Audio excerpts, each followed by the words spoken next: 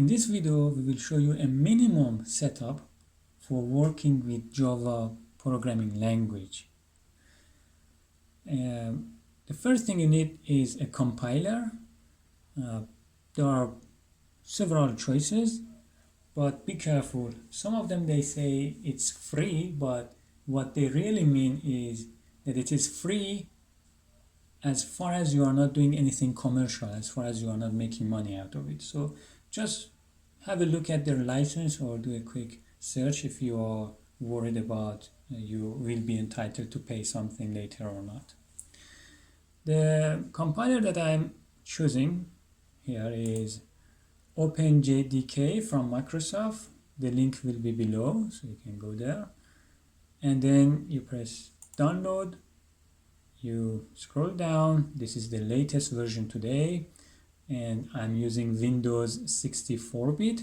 So I'm coming to this rows and I choose the zip folder version. So when you click here, there should be a zip folder downloaded, which mine is here. And what I do is extract it here. And then you can delete this zip folder, you don't need it anymore. And I don't like to have dot or plus signs like this in name of files and folders for some technical reasons. So I replace all of this with underscore. It's not necessary, but it has some benefits in some cases. Anyway, so that's nice. There are two files here in the bin folder that you will call them very often. One of them is javac.exe, which this C is standing for compiler. So first, when you write a code, it is usually saved by .java as its extension. This Java C will read that, compile it to an intermediate phase, and then java.exe will read the result of the previous step and do the task that you wanted Java to do. So you will call these two files very often, and to not write the address each time, copy this address and then you add it to the path in your Windows environment variable. So you can right click on this and go forward, but what I do is I press the Windows key and R from the keyboard, both of them at the same time, Windows key and the R key. Then you have this run. I start typing run DLL32 space .exe space sysdm.cpl comma edit environment variable, as you can see here, and then press OK. Go to system variable, click on path and edit here, but because I don't have access to this environment variable path here, the system variable, I go locally for only myself. Here choose new path with this name and I paste that address, press OK, then OK, and to check that it is already added to the environment variable, I open cmd command prompt and I say where java. Okay, it is successful. So it was better to add to the path variable below, but because I didn't have access to change that one, to edit that one, then I added in the above part, which is locally for only me as the user of this computer. So the other users of this computer will not have access to it. And you can also see java version, and that's fine. If you don't receive the address and the version, then it means it is not successfully added to the environment variable. That is the compiler, and then you don't need anything special. You can just write things in Notepad. So here I create a new folder, Java files, and then here I create a text document, and I put its name test, the extension Java, not txt. Press enter, it's fine. I open it with Notepad, and then I write something simple. So I'm not sure you're familiar with Java or not. If you're familiar, then you know what we are going to do. If you are not, you can look at the other videos we will have in future. But in Java, your main program is written inside a class. So in Python, you had class to define some stuff. In Java, you have even class for the main program that you have.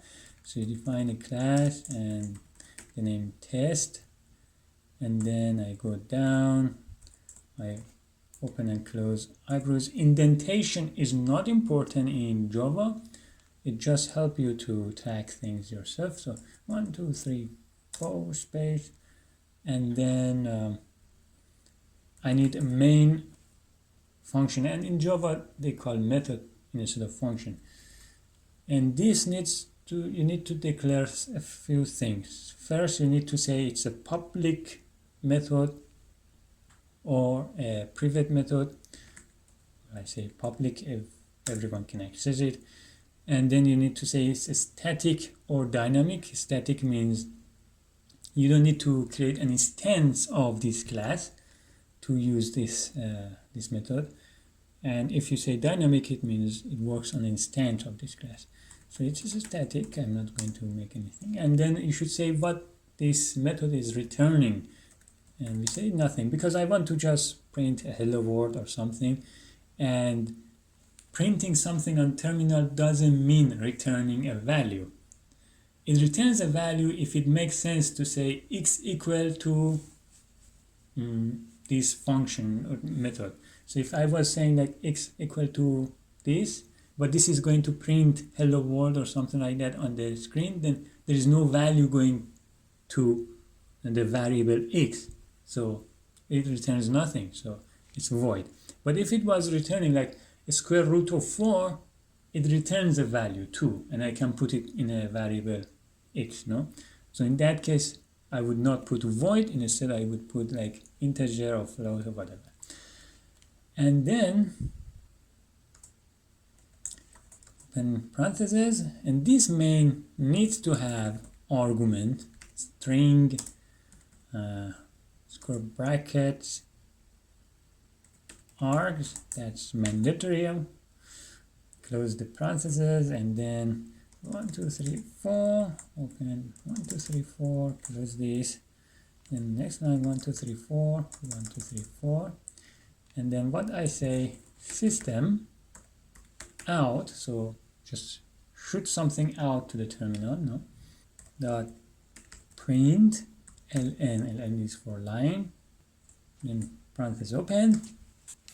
Well, I'm not writing hello world. Instead I will write this is a test. And because it is doing a task, I end it with a semicolon. That's everything. I just save it. Okay, put it down. Now we are going to call Java compiler first. So because I gave the address of javac.exe to the environment variable, I don't need to write the address where it is located. I can just write javac, and I don't need to change directory, go to the folder where that thing exists there, you know, I'm somewhere else. It's fine. And then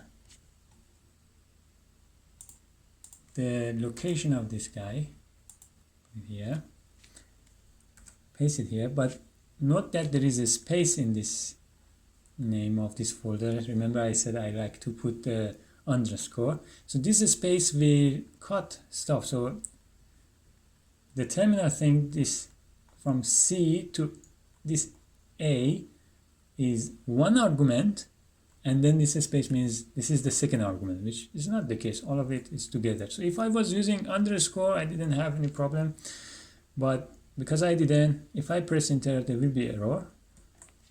To avoid that, I put a quotation mark around it, so tell him this is all one argument, okay? And I need also give the name of the file with .java. Don't forget .java. Now I press enter, no error message, and you see that there is a file test.class. This is the intermediate phase that I told you, that there will be a file created by the compiler, and that file is going to be run now. So now you can delete this .java file. It will not.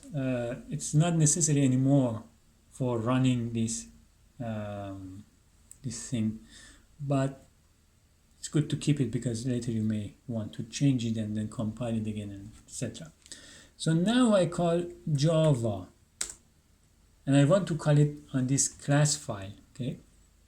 Now I need to change directory going to this folder and then calling it, or I can say dash cp, which C is class and P is path, and then giving location of this test.class file, then a space, so this is the second argument, name of that file without .class, and I press enter, and you see that it does the task. It read that file and said this is a test.